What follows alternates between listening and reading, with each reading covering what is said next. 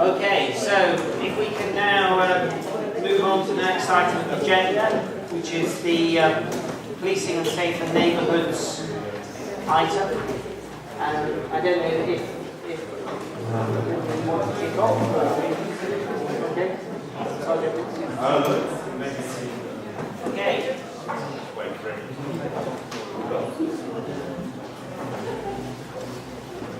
I was going to say, this is doing my ego no good at all. Essentially, everyone's got up and walked out. And I mean, to be honest, I know I'm boring, but I didn't think I was that bad. That's all good. A couple of things before we start. The report is full of long words because Ian wrote it. I possibly don't understand most of them, and they're all beyond me. So what I will do is I'll briefly summarise. I won't read through it all exactly what's written here. Then I'm aware there are some questions and we'll move on to those at the end. So the priorities that were set last time, there were three. There was alcohol-related violent crime and antisocial behaviour. This is one of the key things we've done previously and we continue to do. There are a couple of things that were mentioned, which is Operation Manzano. There is a prize to whoever tells me what Manzano means. No, that's good. Basically, we ran an operation in the city centre in the run-up to Christmas involving a passive drugs dog, which is a dog which you've probably seen on the telly where they basically sniff people out with drugs. Interesting job, run for 2 days with some interesting results.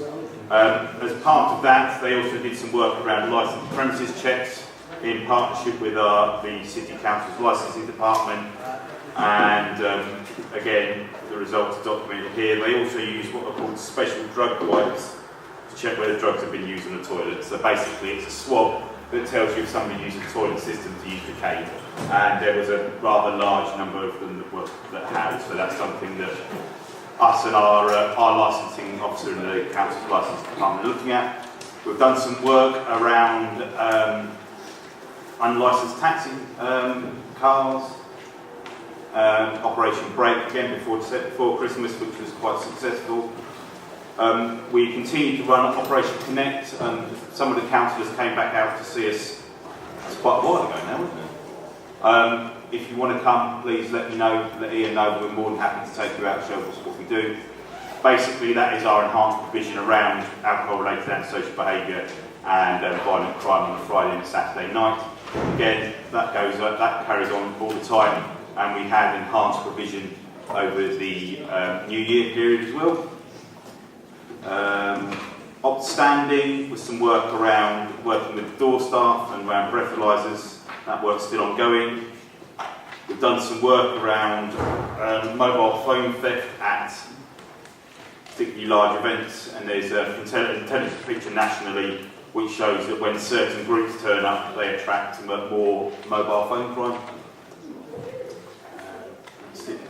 And also makes reference to the work that was done on the care venue by the Community Safety Partnership, which was run on Christmas Eve and on New Year's Eve, I believe, which was we were ably supported by a number of people, and there was a care event run in the St Columbus Church in the city centre where we were supported ably by the street pastors, the Army Reserve and a number of other people to deal with people who had potentially a little bit too much to drink.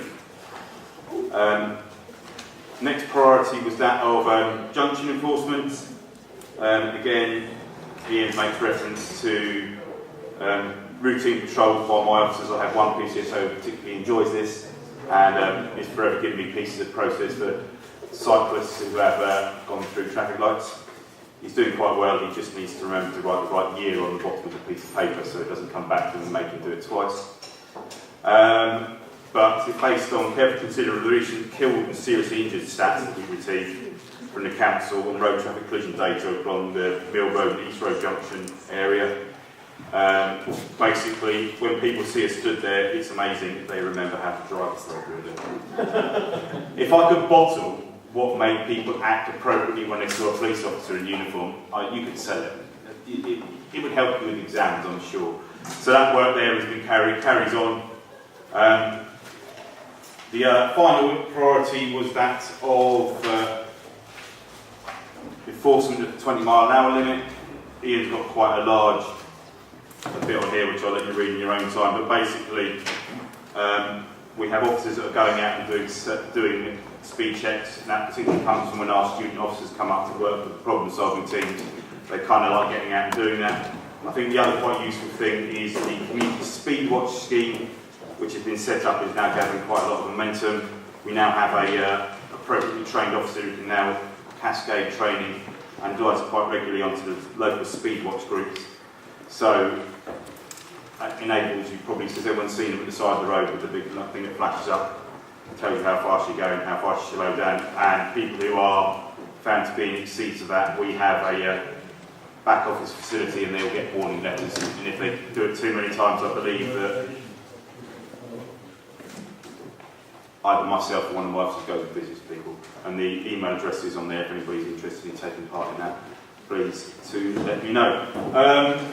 That's a bit of a whistle-stop tool there, but it is there written if anybody wants to read it. I'd rather answer some questions. Yeah, I think that's a good idea. So we start off actually with a question which Richard Taylor had. Which Richard, do you remember the question?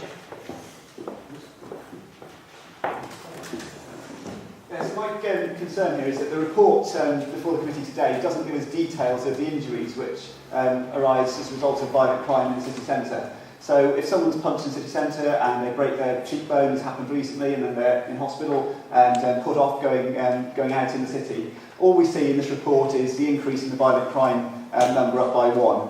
It's not covered. So what I'm suggesting is that you set a priority which asks for more details on injuries as a result of violent crime, so that we know how serious those injuries are and ideally what the impact are. So you could follow something like what you get for incidents on the road where killed and serious injuries are, there are statistics for them. You could imagine the violent crime statistics here broken down by that. You could also have ambulance call-out statistics. I think that's already available because we get it in the Duty Safety Partnership, that they have crime-related ambulance call-outs, so we could get that information here. I think it's all available if councillors asked for it.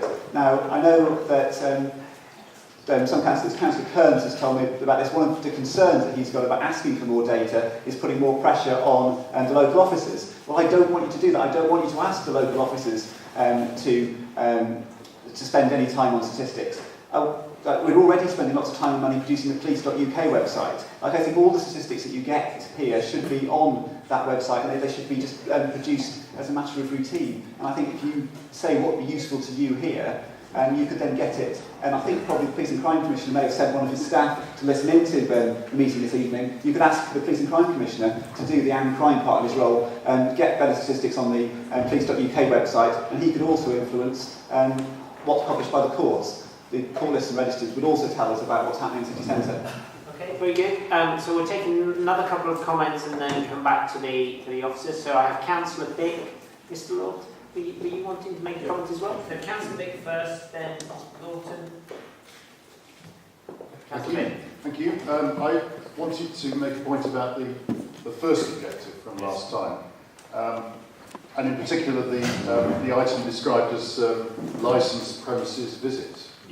And I was absolutely astonished by this figure, that 58% of these premises that were visited were found not to be complying with their licensing conditions. I mean, this is outrageous. This is between a half and 2/3 of the premises we spend hours and hours setting appropriate conditions for, finding they're not being observed.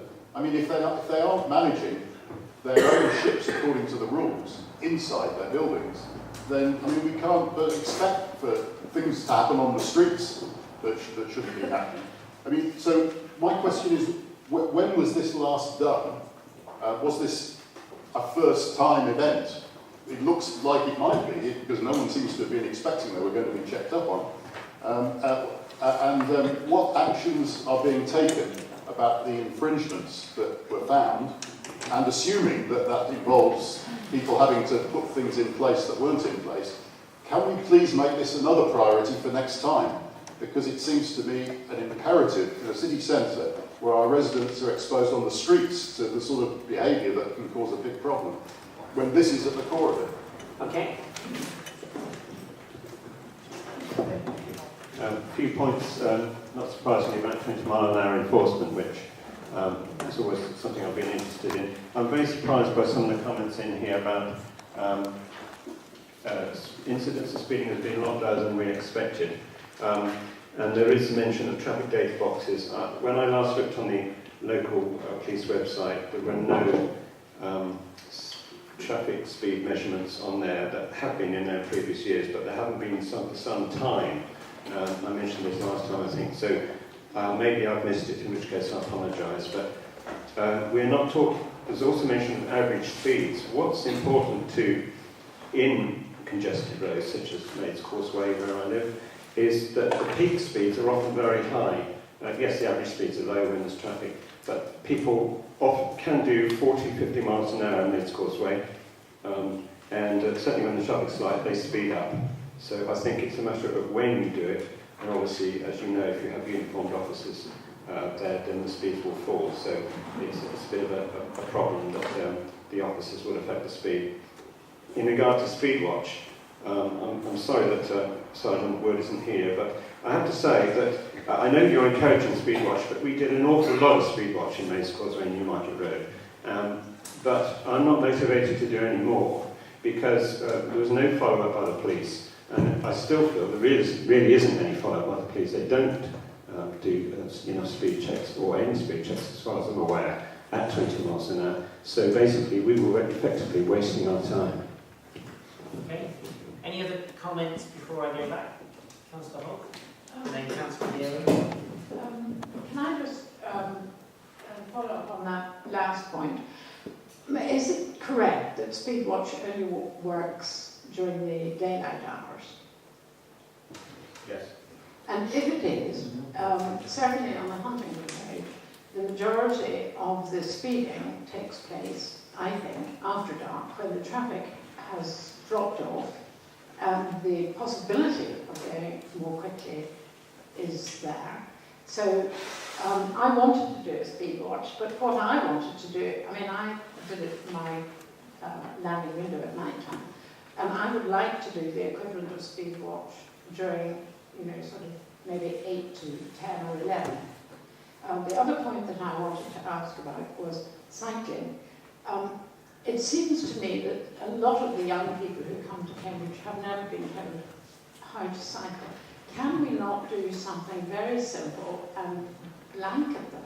Because I broke my leg, I can't walk quickly, and I have been run into by at least 2 cyclists on the pavements. They don't seem to know that they're not allowed to ride on pavements. So couldn't we do something on a sort of constant basis too? Okay, very good. Councillor Geary, quite from. Yeah, I was wondering whether we had a coherent strategy on cycle theft, which I regard as the most socially damaging kind of petty crime there is. Because the numbers are not exactly confident and inspiring, right? These are presumably just the notified incidents of cycle theft, and they seem to be either very constant or in some cases even going up. So what is our strategy? What's our priority? Because it seems to me that, or some of the student residents have been told that there's organized crime behind the cycle thefts. So shouldn't we bump this up? Not see it as a kind of minor nuisance, but rather see it as a hugely socially damaging criminal enterprise. Okay. Final one from Councillor Gillespie, then I have Councillor Kearns coming afterwards, and we'll just quickly go to the officer to go through these items. I've got 4 points, which will be fairly quick. One is to support a member of the public asking for statistics about violent crime and the outcome of those. I'd also like to hear more about hate crimes and to recognise the groundwork that the police are doing to do with this. I went to the talk with Councillor Kearns yesterday about that, which is really promising. I would like the statistics to come to the area committee though. I like the idea of publicising them. Open data is becoming a very useful thing elsewhere with Smart Cambridge and so on. but bringing them to report is really valuable. The next thing is Speedwatch. There is an amendment in the budget which I'll have to vote on in 2 weeks, which mentions giving more support to Speedwatch. So I want to know if there would be any increase in cautions or arrests as a result of that. It sounds like there probably wouldn't be. And finally, we talked earlier about the chilling effect of the planning committee and the planning officers letting a lot of decisions through. I think there's the opposite effect with the lack of enforcement of dodgy driving in the area, meaning that taxis and large vehicles are driving in quite a dangerous way and ignoring road notices. It's not necessarily, it shouldn't come to an injury or a serious criminal offence before the drivers are cautioned or prosecuted. Putting pressure on them to improve their driving has an ambient effect, which I think we're really suffering from the lack of. And Burley Street is one area that's suffering heavily at the minute. The County Council have put a rising bollard in to control traffic, especially taxis, taking shortcuts there. But until that's actually operational, we're relying on the police to stop taxis from coming quickly down that side road, down Burley Street, and expecting people to move out of their way. Thanks, Chair. Okay. So quickly coming back to the list, setting priorities for asking for levels of injuries in relation to violent crime, statistics which should be available, such as ambulance call-out statistics and so forth. And is it possible for that data set to be collected by the Police and Crime Commissioner? We do actually have a breakdown between violent crime with injury and violent crime without injury, and we do have a data set from Addenbrooke's Hospital and also from the ambulance data. We get that quarterly, and it is on the City Council website. I'm not sure that we would be provided by Addenbrooke's with actual injuries, but we can give the quarterly report with this report on a regular basis if people want that. And we can look and see if, I don't think it's possible for us at the moment to break it down to a ward level. Certainly not with the ambulance data because they wouldn't allow that. But we can look at what we can do with the data that is available to us already in regard to breaking it down to ward level. Okay. Next question was Councillor Big, and it was sorry, on that point, yeah. Sorry. What's worth noting is the stats, we have looked at them, the inspector looked at them, has given me a brief couple of lines on it. The injury related, or as you described as the serious injury incidents are going down. The assault ones without injury, which are the low level assaults, and also certain elements of the Public Order Act would be recorded under that, are going up. But as the ones that are more concerning, as you say, are the ones with serious injury, as the ones that end up in the papers, they are decreasing. So that is probably a positive. Okay. Then Councillor Dick's question in relation to the licensed venues and approximately 58% not complying with their licensing conditions. When was this last done? What action is going to be taken regarding the infringement and enforcement?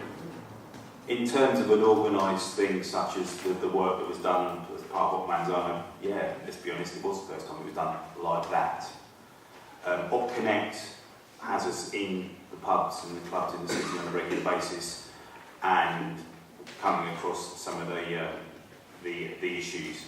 It's hard to say without, I wasn't on part of it, so it's hard to make an exact saying what were the infringements they talk about. Were they talking about selling to people who were already drunk, things such as that, and they are quite hard, as we said earlier. People see a uniform and they suddenly remember how they should act. I'm certainly, I know it says in here, Ian's looking at doing some more work around that, and I think speaking to the, it's not Elliot Duckett, it's Elliot Duckett's policeman, Lewis, isn't it? Lewis Duckett. there is some work that they are talking around in partnership with the City Council's licensing department about potentially taking people back to council about their licence, and we should be viewing it as such an onerous process as we have historically. So I know that is something we will look at again, and it's just a question of what tactic we use to go out and do that. Okay, there were various questions around 20 miles, speed enforcement, speed watch. One was, do the police follow up in relation to people who are triggered on a speed watch by residents? The second point was, can speed watch take place after daylight hours, so at night? And the third question was, as a result of speed watch, is there an increase in cautions and so forth? It relates to this follow-up by the police. Yeah. One day I'll get that right. Speed watch itself, how it works is you get the interested parties, we train them, they go out and they run the speed watch and they gather that relevant information. That information then comes back into a back office facility that we run at headquarters, and people who trigger a speed watch system or a speed watch event, for want of a better word, will be written to by us and will be warned about their driving. It would also then be used as if DECA, who is my PTSO, who is currently sort of orchestrating, facilitating a speed watch, if he was to come back to me or one of the other sergeants across the city and say, I've been down Huntingdon Road and there were 100 people doing 85 miles an hour down there, we would use that. That's quite impressive. I don't think even I can manage that. I'm almost tempted now. Sorry, I've been recorded. I was going to say, yes, that's all right. I said to the boss I'd say something stupid at some point in the event, so we'll get it out of the way. We would use that then to put in a police run speed check. Okay, and then we had cycle theft and strategies for addressing it, organised crime in relation to it, and then in relation to cycling also, how can we address this issue of young people not knowing how to cycle and the general approach in terms of cycling in wrong places? I would be tempted to have a conversation about people who can't cycle with the university. They're their students. We can pass an education matrix and potentially Ian's City Centre team and my team on the West, we can look at dealing with people who are breaking the law and cycling on the wrong way down certain roads in the city centre and the like, but I would be tempted to say the university these are their students. If they're acting in a way which brings, disrepute potentially to the college. No, but you're saying, if you're talking about the majority of people who cycle in the city centre. No, I was not talking about By that point, you should have learned the rules. 25, you should know everything. Do you want to make a comment? Yes. Every year we go out in partnership with the police and other agencies, and we talk to the language schools and we talk to the universities during Fresher Week, and we do an education programme around cycling and around the behaviour that we need from the cyclists. But it's an ongoing job, and we have to keep repeating it every single year because we have a new bunch of people in. But there is a big programme, and it does happen each year. Okay, so I think that was the first batch. Then we had Councillor Kearns wanted to say something, Councillor Holland, and then what I'm proposing is that people need to just think about the recommendations in terms of the priorities. So whilst we take comments from those two councillors, if we can think about the priorities, that would be very useful. Well, first of all, just to echo Councillor Gillespie's comment about the addressing hate crime. It was a very positive, very wide-ranging networking event as part of LGBT History Month yesterday. And it was very encouraging to hear the Chief Constable speaking so candidly about the track record, if you like, in the past of the police and looking to improve on that. So I think that should be recorded, and I think it's appropriate to record it in this month. Also, to come back on a comment made by Councillor Gillespie, I was going to mention it earlier, the bollard, which is an ongoing community's safety issue on Anne Eve Street. I've been chasing furiously on that issue, and I can report that letters have gone out to the stakeholders, to the shops, and so it should be operational by the end of next week. So that's the latest on that. In terms of data, I'm in the process of sending a number of you an email to introduce you to the open data area at the council, at the county council, because there's a major project going on at the moment which is looking at how can the public sector work much better together in terms of sharing information. And I think that would bring some value to the reports and perhaps help with what Linda's saying as well, of the agencies that are able to share their data, for that to be more readily available to the public and for these kind of reports. So I will facilitate that from the county's perspective. Councillor Holland, and I actually missed out on cycle theft, actually, organised crime. I don't think you obviously replied on that, so I'll... No, I just wanted to congratulate Councillor Messick on the Operation Manzana, and I, like Councillor Bick, was struck by the high statistics. 47% of going through 19 venues over 2 days, 40% of these venues had traces of drugs. Is that something that's comparable to other UK cities, or those findings quite startling for Cambridge? Okay. So, just coming back to the cycle theft and the organised crime point. I've not ever witnessed organised crime in terms of cycles. They tend to be stolen, as evidenced by a young gentleman one of my officers dealt with on 6 occasions now. It's all right, we've rolled it all up the courts, hopefully when he goes in front of them for every time, all 6 at once. So that will be an interesting one that comes out.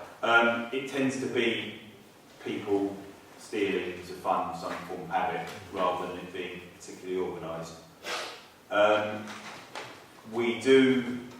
We have a cycle crime lead officer in the city, who's Horton, who's my counterpart who works at the south of the city.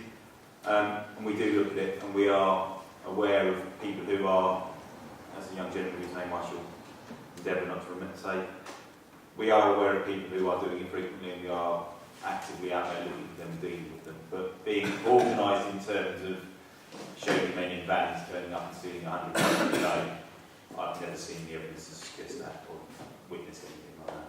Okay.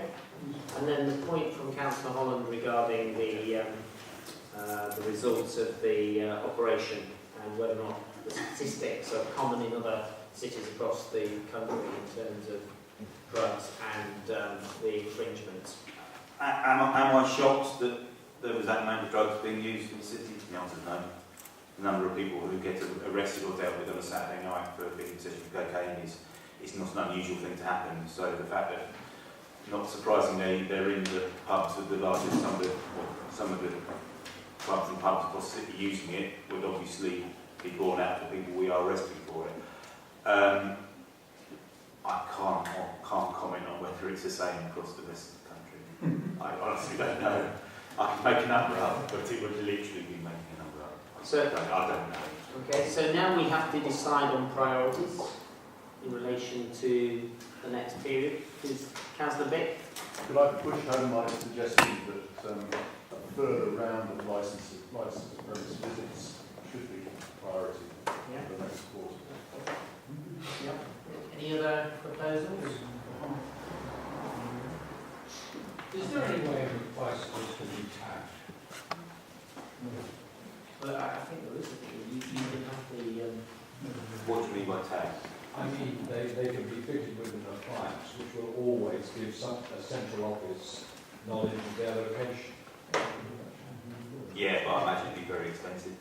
You can buy certain different types of... you do better ask Chris this question. Certain types of security, data tag, you can tag anything. Realistically, people tag HGV and HGVs, JCBs. You put a GPS tracker in and it will go. You can do that on the scale you buy, but when you buy it, it costs 250 quid. and the tracking equipment costs you £175 potentially, or potentially more, it's a question of investment of a private person to protect their own equipment. Okay. So you can do it, but it's probably quite expensive and it's an individual. Councillor Singer? Just to say, I think that violent crime in the city centre should continue to be a priority. Yeah. We've asked for some new data on it, and I think that's a very good thing to ask for, but it should definitely still be on. Okay. Any other proposals? Councillor Gillespie? Just additional surveillance of traffic behaviour. I think going through advanced lights is one thing I'd like to see happen less often, and the amount of vehicles stopping on double yellow lines. All right. In terms of, that sounds awful. But I think what Councillor Gillespie is getting at is traffic junction enforcement. Is that what you're talking about? All road users. This is what we had as a priority last time then. I thought it was bike specifically. No, we extended it out to all road users because there are a lot of vehicles who actually go into the bike box. A lot of vehicles, basically. Yeah. So we expanded that out. Let's continue that then, but also other road signs. Okay. So we have three. We have licensed premises, we have violent crime in the city centre, and we have traffic junction enforcement. And what was the expanding it out to? Sorry. Vehicles using appropriate road. Right. So all road users. Now that we've decided the priorities, would this be good enough to just explain what will be done with that resolution that we have just passed and how it will be operationalised? I don't think we'd agree yet, would we? No, we're just about to. It's slightly. I was to make everything. So what we're proposing is licensing premises follow-up. We're proposing violent crime in the city centre continue, and then we're proposing traffic junction enforcement, all users continue. So just over to the officers before we then vote on it, and then. Supposing these are all passed this evening, what will you do about it? How will that be operational? I was going to, if we talk about the partly says that the licensing stuff sits quite happily within the priority over alcohol-related violent crime. I think we could take that as a part of alcohol-related violent crime, unless anyone's got an objection. I would personally believe that road traffic enforcement as a whole is a better thing to take away as a priority. As what the council rightly says, it's not just about one thing, it's about legitimate use and appropriate use of the road space, and the road space being safely shared between everybody who's on it, be that cyclists, pedestrians, lorries, all the same. Yeah. So I would say, unless anyone has any objections, they strike me as two priorities. Yeah. I'm happy to take two. I imagine Woody will hit me if I start arguing for a third. But, Well, does anybody have a third? No? Cycle theft? I mean, is that happens on a periodic basis in terms of you do. I think we've had that as a target before. I think it's certainly worth it. It's that time of year where it's certainly worth it. So Councillor Bick and then Councillor Gillespie. I have no problem with marrying up the licensed premise visits with the alcohol-related violent crime, as long as they are both specified, because we've done this before. One of them gets to the top and the other one gets buried, and it doesn't happen. And if you want to take, I'll take that. Well, I mean, call them one priority, but I think they both must be stipulated as what we're talking about. We'll have something that currently says, Alcohol-related violent crime and antisocial behaviour. or something with actually, including a further round of licensed premises visits. Yeah. Why don't we go 1A, 1B? And It's three, isn't it? we add. I appreciate what. Then we add cycle theft as well. Oh. And then we're fine, I think. I'm trying to make the argument. So shall we vote on that? Sorry, Councillor Gillespie, you're going to object to that I'm approach? not going to object. I'm going to speak about cycle theft, Okay. because I do think there is organised cycle theft. And someone on the doorstep told me recently, and this may be an urban myth, but they said, I know what happens with bikes. They're stolen, then they're all taken to Oxford, and the ones that have been in Oxford are brought here. Okay, So that's... if Could be the if case. there was an where it's- investigation of organised cycle theft, If you get me some good intel on that, I know that. So just given the where we are in terms of this evening's proceedings, what I'd like to do is very quickly move on to a vote of the councillors. So we're going to take as item 1A, licensing premises, continuation of the work done in relation to the operation, and 1B, violent crime in the city centre. We're going to take road traffic enforcement as 2, and cycle theft as 3. Is that okay? All those in favour of that approach? That's great. Thank you very much. And then Linda, did you want to just touch on, and Linda wants to just raise one final point regarding the consultation process that's currently taking place. Yeah, thank you, Chair. Some time ago, I think around about last summer, there was a priority set at this area committee around looking at public spaces protection order for touting in the city centre. We've looked at that now. There was an agreement in principle to consult on an order, and that consultation is running at the moment. It's on the website, or you can contact me if you want paper copies. All of the information is on the City Council website, and also the link is on the police website. The consultation will run till the 17th, next Tuesday. We also have some paperwork here this evening if anyone wants to pick some up from us. Just to remind you, if you want to respond, you have until Tuesday to do that. Very good, many thanks. So I think that's that item. Thanks for that.